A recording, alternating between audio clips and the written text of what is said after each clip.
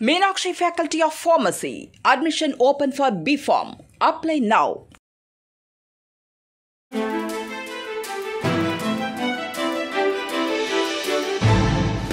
தட்டை, சீடை, முறுக்கு, ரிப்பன் பகோடா, அதிரசம் என்ன வேணாலும் செய்யுங்க. ஒரே ஒரு 5 லிட்டர் இதய மந்த்ரா கடல் எண்ணெய் பேக் ஒரு மாசம் முழுசுக்கும் அத்தனை சமையல முடிச்சு விடலாம். இதய மந்த்ரா. சவுக்கு மீடியா கடந்த 2 ஆண்டுகளாக தமிழக அரசாலும் தமிழக காவல்துறையாலும் எத்தகைய துன்புறுத்தல்கள், எத்தகைய கொடுமைகளை சந்தித்துக் கொண்டிருக்கிறது என்பதை நீங்கள் எல்லோரும் அறிவீர்கள். என் வீட்டில் மலம் ஊற்றப்பட்டது, சாக்கடை ஊற்றப்பட்டது, என் மீது பொய் வழக்கு போடப்பட்டது, கஞ்சா வழக்கு போட்டப்பட்டது, 2 முறை குண்டர் சட்டத்தை நான் சந்தித்திருக்கிறேன். இதற்கெல்லாம் பிறகு ஒரு அலுவலகம் கிடைத்து இந்த அலுவலகத்தில் தொடர்ந்து என்னுடைய மீடியா பணியை நான் செய்து கொண்டிருக்கிறேன். இந்த நிலையில கடந்த ஒரு 20 நாட்களுக்கு முன்பாக என்னுடைய அலுவலகத்தில் வேலை செய்யக்கூடிய கேமராமேன் எடிட்டர்கள் 2 பேர், திரு சத்யமூர்த்தி மற்றும் திரு ஜெயபிரகாஷ், கேமராமேன் ஒருத்தர், எடிட்டர் ஒருத்தர், அவர்களுடைய வீட்டுக்கு இரவு 12 மணிக்கு 15 காவல்துறையினர் சென்று அவர்களது 2 பேரோட பைக்கை தூக்கிட்டு போயிருக்காங்க. என்ன காரணம்னு சொன்னாங்கன்னா, உங்கள் பைக்கு அஃபென்ஸில் சம்மந்தப்பட்டிருக்குன்னு சொன்னாங்க. மறுநாள் காலையில் நான் தலைமைச் செயலகம் சென்று உள்துறை செயலாளரை சந்தித்து இந்த மாதிரி மீடியா நடத்த விடாமல் ஹாரஸ் பண்ணுறாங்கன்ட்டு நான் புகார் அளித்து விட்டு வந்த பிறகு அன்று மாலை அவர்களுடைய 2 வாகனங்களும் கொடுக்கப்பட்டது. இதற்கு பிறகு என்னுடைய அலுவலகத்தில் கேமராமேனாக பணியாற்றக்கூடிய இந்த பையன் பிரசாத், இவர் மிகவும் ஏழ்மையான குடும்பத்தை சேர்ந்தவர். எங்கள் அலுவலகத்தில் கேமராமேனாக வேலை செஞ்சுக்கிட்டு வேலை முடிஞ்சோடனே நைட்டு போய் ஜொமேட்டோ வண்டி ஓட்டி இவர் சம்பாதிக்கிறாருன்னா அப்போ எந்த அளவுக்கு இவர் குடும்ப வறுமையில் இருக்கும்னு நீங்கள் பார்த்துக்குங்க. இவர் வேலை செய்து கொண்டிருந்தார். அலுவலகத்தை விட்டு வெளியில் வந்த உடனே வெளியில் அங்கே அந்த காம்பவுண்டை திரும்பின உடனே காவல்துறையினர், இந்த போக்குவரத்து காவல்துறையினர் வந்து இவரோட பைக்கை தூக்கிட்டு போய் 15 நாட்கள் ஆகிறது. வந்து இவர் வந்து எதுக்கு சார் பைக்கை தூக்கிட்டு போனீங்கன்னு மறுநாள் வந்து கேட்டதற்கு, உங்களோட வண்டிக்கு 6500 ரூபாய், 6500 ரூபாய்க்கு அவுட்ஸ்டாண்டிங் ஃபைன் நிலுவையில் இருக்கிறது என்று சொன்னவுடன் இவர்கிட்ட பணம் இல்லாமல் இருந்த நகையை கொண்டு போய் அடகு வச்சு மறுநாளே ஒட்டு மொத்த நிலுவைத் தொகையும் செலுத்தி விட்டார். இந்த நிலுவைத் தொகையை செலுத்தி 16 நாட்கள் இன்றோடு ஆகிறது. தினந்தோறும் இந்த காவல் நிலையத்திற்கு வந்து சார் வண்டி எப்போ கொடுங்கன்னு கேட்டால் மேலே கேட்டுட்டு சொல்கிறேன், ஐயா வெளியில் போயிருக்காரு, இதே போன்ற காரணங்களை சொல்லி 16 நாட்கள் ஆகிறது. இன்று வரை இவரோட பைக்கை கொடுக்கல. நேற்று இந்த அஜித்குமாரை அடித்து கொண்டதற்காக முதலமைச்சர் அவங்க வீட்டுக்கு ஃபோன் பண்ணி மன்னிப்பு கேட்குறாரு. இந்த தமிழ்நாடு மற்றும் சென்னை காவல்துறையோட இந்த செயல்பாடுகள்னால முதலமைச்சர் தினந்தோறும் ஒவ்வொருவரிடமும் மன்னிப்பு கேட்க வேண்டும். அந்த அளவுக்கு அவலமான சூழ்நிலையில் தான் தமிழக காவல்துறை இருக்கிறது என்பதை இந்த நாட்டு மக்கள் புரிந்து கொள்ள வேண்டும். இன்னைக்கு இந்த டிராஃபிக் அஃபென்ஸுக்கு இப்படி சொல்கிறாங்க. நீங்கள் சென்னை அண்ணா நகர் 2nd அவென்யூக்கு போய் பார்த்தீங்கன்னா அங்கே சந்தோஷ் ஸ்டோர்ஸ்னு ஒரு சூப்பர் மார்க்கெட் இருக்குது. நீங்கள் யார் போனீங்கனாலும் தெரியும். கிட்டத்தட்ட 200 அடிக்கு மேலாக அந்த சந்தோஷ் சூப்பர் மார்க்கெட்டுக்கு வெளியில் பேரிகேடு போட்டு, பிரைவேட்டு செக்யூரிட்டி கார்டு போட்டு, வேறு யாரும் வாகனங்களை நிறுத்த விடாமல் அந்த சூப்பர் மார்க்கெட்டுக்கு வர்ற வாகனங்களுக்காக மட்டும் அந்த இடம் தடுத்து வைக்கப்பட்டிருக்கிறது. போலீஸ் பேரிகேடை யூஸ் பண்ணுறாங்க. இது போல் அந்த போலீஸ் பேரிகேடை யூஸ் பண்ணி பொதுமக்களுக்கான நடைபாதையை அவர்கள் அடைத்து வைப்பதற்கு காரணம், அந்த சந்தோஷ் சூப்பர் மார்க்கெட்டின் உரிமையாளரோட பெயர் சவுந்தரராஜன். அந்த சவுந்தரராஜன் யார் என்றால் தமிழ்நாட்டின் சட்டம் ஒழுங்கு கூடுதல் டிஜிபி டேவிட்சன் தேவாசீர்வாதத்தின் சொந்த தாய்மாமனார். நீங்கள் இது போல அதிகார துஷ்பிரயோகம் செய்து கொண்டிருக்கிறீர்கள், அட்டூழியங்களை செய்து கொண்டிருக்கிறீர்கள். ஒரு நகையை திருடிவிட்டார் என்ற குற்றச்சாட்டுக்காக ஒருவனை அடிச்சே கொள்றீங்க. நாங்கள் மீடியாவில் இந்த உண்மைகளை எடுத்து சொல்லும் வேலையை செய்து கொண்டிருந்தா இந்த மாதிரி வண்டியை பிடிங்க வச்சுக்கிட்டு 15 நாட்களாக வண்டியை கொடுக்காம original licence, original RC book, வண்டியோட ஃபைனை கட்டியாச்சு. நான் இங்கே இந்த இஷ்யூவில் தலையிடக்கூடாதுன்றதுக்காக டெய்லி போய் கேளுப்பா என்ன சொல்கிறாங்கப்பான்னு கேட்டால் 15 நாளாக இங்கே வந்துட்டு போயிட்டு இருக்காரு. எப்போ கேட்டாலும் ஐயா வெளியில் போயிருக்காரு, மேலே கேட்கணும், டிசியை கேட்கணும். இப்போது சென்று நான் மேலே உதவி ஆய்வாளரை பார்த்து நான் இந்த வண்டி எப்போ சார் தருவீங்கன்னு கேட்டோன்னா, இங்கே இருக்க போய் டிசியை போய் பாருங்கள், நான் டிசியை பார்க்க முடியாது என்று சொல்லிவிட்டேன். தமிழ்நாட்டில் நீங்கள் இங்கே பாருங்கள் நண்பர்களே, உங்களை போன்ற கேமராமேன் தான் இந்த ஜெயபிரகாஷ், உங்களை போன்ற கேமராமேன் தான் இந்த பிரசாத், உங்களை போன்ற விஷுவல் எடிட்டர் தான் இந்த சத்யமூர்த்தி. உங்களை போல எல்லோரையும் போல வயிற்று பிழைப்புக்காக ஒரு ஊடக நிறுவனத்தில் வேலை செய்து உழைத்து சம்பாதிக்க வேண்டும் என்பதற்காக தான் இவர்கள் வேலை செய்கிறார்கள். இந்த மீடியாவில் வேலை செய்கிறான்ற ஒரே காரணத்துக்காக காவல்துறை இவர்கள் ஒவ்வொருவரையும் இப்படி சித்திரவதை செய்தால் இது எங்கே போய் முடியும் என்பதை ஊடக நண்பர்கள் நீங்கள் யோசித்து பார்க்க வேண்டும். இதே போல ஒவ்வொரு முறையும் அக்யூஸ்டை பிடிச்சி கையை காலை உடைக்கிறது எங்கே போய் முடியும்ட்டு நான் எதை தொடர்ந்து வலியுறுத்தி கொண்டிருந்தேனோ அதுதான் அஜித்குமார் விவகாரத்தில் நடந்திருக்கிறது. அவன் நகை திருடானா இல்லையான்றது இது வரைக்கும் யாருக்குமே தெரியாது. கூட்டிட்டு போய் அடிச்சே கொண்டுட்டாங்க அவனை. இப்படித்தான் காவல்துறை செயல்பட்டு கொண்டிருக்கிறது. இவரும் கூச்சமே இல்லாமல் மன்னிப்பு கேட்டுக் கொண்டிருக்கிறார். இன்னைக்கு இங்கே இந்த பிரசாத்துக்கு நடந்தது, ஜெயபிரகாஷ்க்கு நடந்தது, சத்யமூர்த்திக்கு நடந்தது, நாளை உங்கள் ஒவ்வொருவருக்கும் நடக்கும். காவல்துறைக்கு எதிராக யாருமே பேசக்கூடாது என்ற அராஜக சூழல் தமிழ்நாட்டில் நடக்கிறது. தமிழ்நாட்டில் காட்டாட்சி நடக்குது. இதையெல்லாம் எதிர்த்து கேள்வி கேட்பதால் தான் சவுக்கு ஊடகத்தை தொடர்ந்து முடக்க இந்த அரசு முயற்சி செய்து கொண்டிருக்கிறது. திரு அருண் அவர்களும் இந்த முயற்சி செய்து கொண்டிருக்கிறார். கடத்தல் பண்ணும் அதிகாரிகளை எல்லாம் பதவியில் அமர்த்தி கொண்டு முதல்வர் போய் மன்னிப்பு கேட்பதற்கு வெட்கப்பட வேண்டும். இந்த அதிகாரிகளை கட்டுப்படுத்துறதுக்கு துப்பு இல்லைன்னா இவரெல்லாம் எதுக்கு நாட்டை ஆள்றாரு? இன்னைக்கு வரைக்கும் 15 நாளா இன்னும் பைக்கு கொடுக்கலன்னா எந்த அளவுக்கு இவர்கள் துணிச்சல் இருக்கும் என்று யோசித்து பாருங்கள். பிரசாத்தோட வாகனம் ஏதாவது ஒரு குற்றச்செயல் புரிந்து நீதிமன்றத்தின் உத்தரவில் இதை பறிமுதல் செய்து வைத்திருந்தால் இவர்கள் வாகனத்தை தரமாட்டேன் என்று சொல்லலாம். ஃபைனு பெண்டிங்காக இருந்தால் கூட இவங்க வாகனத்தை தூக்க முடியாது. ஃபைன் நிலுவையில் இருக்கக்கூடிய வாகனத்தை நீங்கள் பறிமுதல் செய்ய வேண்டும் என்றால் சென்னையில் இருக்கக்கூடிய 95% வாகனங்களை நீங்கள் பறிமுதல் செய்ய வேண்டும். இன்னைக்கு ரோட்டில் ஆட்டோமேட்டிக் கேமரா இருக்குது, ஃபைன் தானாக விழுது. எல்லா வெஹிக்கிளுக்கும் ஃபைன் நிலுவையில் இருக்கும்.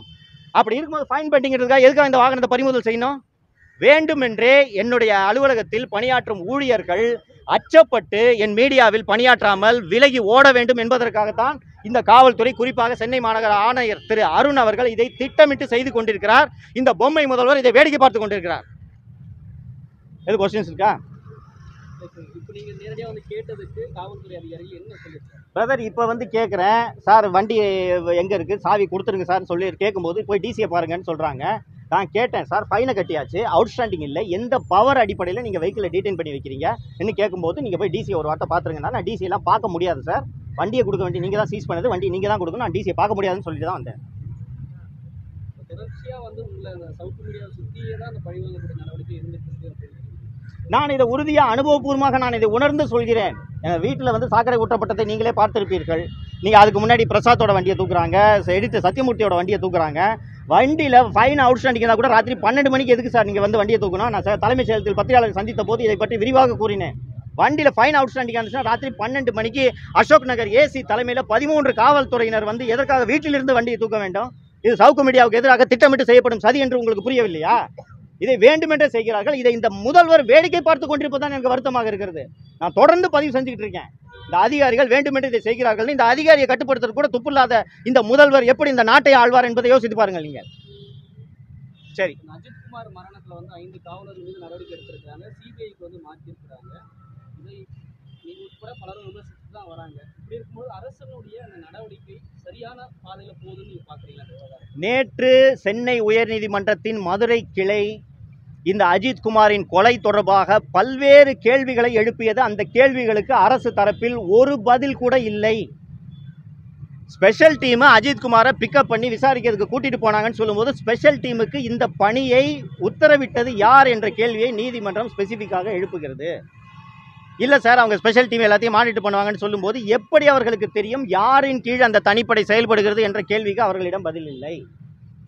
சார், அவங்க சோசியல் மீடியாவை பார்த்து இந்த நகை திருட்டு தொடர்பாக விசாரணைக்கு அழைத்து சென்றார்கள் என்றால் எஃப்ஐஆர் இல்லாமல் ஒரு நபரை நீங்கள் எப்படி கைது செய்தீர்கள் என்ற கேள்வியை நீதிமன்றம் எழுப்புகிறது. அதே போல நேற்று சம்பவம் நடந்த இடத்தில் உடைந்து கிடந்த அந்த பைப்புகள், அஜித்குமார் சிறுநீர் கழித்த அந்த தடயங்கள், இவற்றை எல்லாம் பாதுகாப்பதற்கு பதிலாக ஒரு கூடுதல் எஸ்பி, இதை விசாரணை செய்யக்கூடிய ஒரு கூடுதல் எஸ்பி காலையில் நீதித்துறை நடுவர் வருவதற்கு முன்பாகவே அந்த இடத்திற்கு சென்று எல்லாவற்றையும் ஒரு கோணியில் வாரிக்கொண்டு சென்று விட்டார் என்று நீதிமன்றத்தில் வழக்கறிஞர் திரு ஹென்றி டிஃபன் அவர்கள் தெரிவித்த போது, இந்த வழக்கில் தடயங்கள் அழிக்கப்பட்டுவிடும், சிபிஐக்கு நாங்கள் மாற்றுகிறோம் என்பதை உயர்நீதிமன்றத்தில் வழக்கறிஞர் தெரிவித்த போது கூட சிபிஐ இந்த விசாரணையை கையில் எடுப்பதற்குள் தமிழக காவல்துறையினர் இந்த வழக்கில் தடயங்களை அழித்து விடுவார் என்ற சந்தேகம் நீதிமன்றத்திற்கு ஏற்பட்டதன் காரணமாகத்தான் மதுரை மாவட்ட அமர்வு நீதிபதியை உடனடியாக இந்த வழக்கின் விசாரணையை உடனடியாக கையில் எடுங்கள் என்று சொல்லி இந்த தடயங்கள் அத்தனையையும் சேகரித்து மதுரை உயர்நீதிமன்றத்திற்குள் மதுரை மாவட்ட நீதிமன்றத்தில் இந்த வழக்கின் தடயங்களை வைத்திருக்க வேண்டும் என்று நீதிமன்றம் உத்தரவிட்டதற்கு காரணம், ஒரு குற்றத்தை செய்ததோடு இல்லாமல் அந்த குற்றத்தின் தடயங்களை அழிப்பதற்கான வேலையில் இந்த அரசும் காவல்துறையும் ஈடுபடுகிறது என்பதை நீதிமன்றம் உணர்ந்ததால் தான் மாவட்ட நீதிபதி தலைமையில் விசாரணைக்கு உத்தரவிட்டிருக்கிறது என்று புரிந்து கொள்ளலாம். தனிப்படையெல்லாம் கலைப்பதற்கான நடவடிக்கையை டிஜிபி வந்து இப்போ உத்தரவிட்டிருக்காரு சற்று நேரத்துக்கு முன்னாடி அப்படின்ற ஒரு செய்தியை வந்து இதெல்லாம் வரவேற்க தகுந்த ஒரு விஷயம்தான். இது போன்ற தனிப்படைகள், இந்த சிவகங்கையில் இருக்கக்கூடிய இந்த தனிப்படையை எடுத்துக்கிட்டிங்கன்னா, அந்த உள்ளூரில் விசாரித்த போது இந்த தனிப்படையினர் எந்த விதமான சட்டங்களுக்கோ விதிகளுக்கோ உட்படாமல் தான் தோன்றித்தனமாக செயல்பட்டார்கள். ஊரில் யாரை வேண்டுமானாலும் எடுத்து அவர்கள் தாக்குவார்கள். அஜித்குமார் செத்து போயிட்டதுனால தான் இந்த விஷயம் வெளியில் வந்துச்சு. அஜித்குமார் சாகவில்லை என்றால் இந்த விஷயம் கடைசி வரை வெளியே வந்திருக்காது என்று சொன்னார்கள். டிஜிபி அவர்கள் இந்த தனிப்படைகளை கலைத்து உத்தரவிட்டது என்பது வரவேற்க தகுந்த நடவடிக்கையாக நான் பார்க்கிறேன். இதை முன்பே செய்திருக்க வேண்டும். ஏனென்றால் இது போன்ற தனிப்படைகள் எந்த விதமான கட்டுப்பாடுமின்றி எந்த அதிகாரிக்கு கீழ் செயல்படுகிறார்கள் என்ற ஒரு பொறுப்பின்றி இந்த தனிப்படையினர் தான் தோன்றித்தனமாக நடந்து கொண்டிருந்தார்கள். ஸோ ஒரு அக்கௌண்டபிலிட்டி இல்லாமல் இருக்கக்கூடிய இந்த தனிப்படையை கலைத்தது டிஜிபி எடுத்த சரியான நடவடிக்கை என்று தான் நான் பார்க்கிறேன். காவல் நிலையங்களுக்கு வரும் பொதுமக்களிடம் காவல்துறையினர் வந்து கண்ணியமாக நடந்து கொள்ளணும்னு சொல்லி முதல்வரே சொல்லியிருக்காரு. இப்படி இருக்க சூழல்ல முதல்வரோட செயலை மீறினாங்களா? முதல்வரை காவல்துறையினர் மதிப்பதில்லை என்பதைத்தான் இது காட்டுகிறது. 2022ஆம் ஆண்டு சென்னையிலே செக்ரட்டரியேட் காலனி காவல் நிலையத்தில் விக்னேஷ் என்கிற விக்னா என்ற நபரை பிடித்து கொண்டு சென்று அடித்தே காவல் நிலையத்தினர் கொண்டிருக்கிறார்கள். பின்னாளில் அதை விசாரணை செய்த சிபிசிஐடி விசாரணையில் தெரிய வந்தது என்னவென்றால் சிசிடிவிக்கு கீழே வச்சு மிதிச்சிருக்காங்க அந்த கான்ஸ்டபிள்ஸ். ஸோ முதல்வர் அவர்கள் சட்டப்பேரவையில், அப்போது சட்டப்பேரவை நடந்து கொண்டிருந்தது, முதல் நாள் முதல்வர் அவர்கள் அவருக்கு உணவு வாங்கி கொடுத்தா வாந்தி எடுத்து அவர் செத்துட்டார். அவர் கையில் கத்தி இருந்துச்சு, கத்தி எடுத்து குத்த வந்தார், அதனால் அடித்தாங்க என்பது போல் அவர் சட்டப்பேரவையில் கூறுகிறார். மறுநாள் உடற்கூறாய்வு அறிக்கை வந்ததும் உடலில் அந்த இறந்து போன விக்னாவின் உடலில் 20க்கும் மேற்பட்ட காயங்கள் இருந்தது என்பதை தெரிந்து கொண்டு இதே முதல்வர் சட்டப்பேரவையில் காவல்துறையினர் சட்டத்தை கையில் எடுப்பதை நான் அனுமதிக்க மாட்டேன், எனது அரசு அனுமதிக்காது என்று சட்டப்பேரவையில் பதிவு செய்தார். அது சட்டப்பேரவை குறிப்பில் ஏறி இருக்கிறது. அதற்கு பிறகு 15க்கும் மேற்பட்ட லாக்அப் மரணங்கள் தமிழகத்தில் நடந்திருக்கிறது என்றால் முதல்வருடைய பேச்சை, முதல்வருடைய கட்டளையை ஒரே ஒரு காவல்துறை அதிகாரி கூட மதிக்கவில்லை என்பதைத்தான் இது காட்டுகிறது. கொஞ்சம் யோசிச்சு பாருங்க. கம்ப்ளைண்ட் கொடுக்க வரவனை உள்ள ஒரு ஸ்டேஷனில் வச்சு கொறடாவை வச்சு ஒரு அசிஸ்டன்ட் சூப்பரண்ட் ஆஃப் போலீஸு 20 பேருக்கு மேலே பல்ல பிடுங்கியிருக்கான். அந்த அதிகாரியை பணி இடைநீக்கம் செய்யாமல் அந்த அதிகாரிக்கு இன்னைக்கு பணி கொடுத்து வச்சிருக்கிற முதல்வர் தாங்க இந்த முதல்வர். அப்போ எப்படி காவல்துறை அதிகாரிகளுக்கு முதல்வரை பார்த்து பயம் இருக்கும்னு நீங்கள் சொல்லுங்கள். ஒரு 10 பேர் மேலே 10 பேரோட பல்ல பிடுங்கி கரலக்கல்ல எடுத்து ஈரில் தேய்க்கிற ஒரு அதிகாரி மனநோயாளி. குறைந்தபட்சம் விசாரணை முடியும் வரையில், நீதிமன்றத்தில் வழக்கு விசாரணை முடியும் வரையில் அந்த அதிகாரியை பணி இடைநீக்கத்தில் வைத்திருப்பது ஒரு நியாயமாக நாம் எதிர்பார்க்கக்கூடிய ஒரு விஷயம். அந்த அதிகாரிக்கு டிஎஸ்பி கமாண்டண்ட்டாக போட்டு அவரை பட்டாலியனில் அவருக்கு பணி கொடுக்குறாருன்னா இவர் எப்படிப்பட்ட முதல்வர்? இப்போ எந்த அதிகாரிக்கு சார் பயம் இருக்கும்?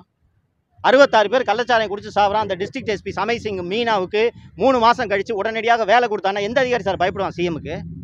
சிஎம்மோட கான்வாயை 22 நிமிஷம் ரோட்டில் நிற்க வைக்கிறாங்க.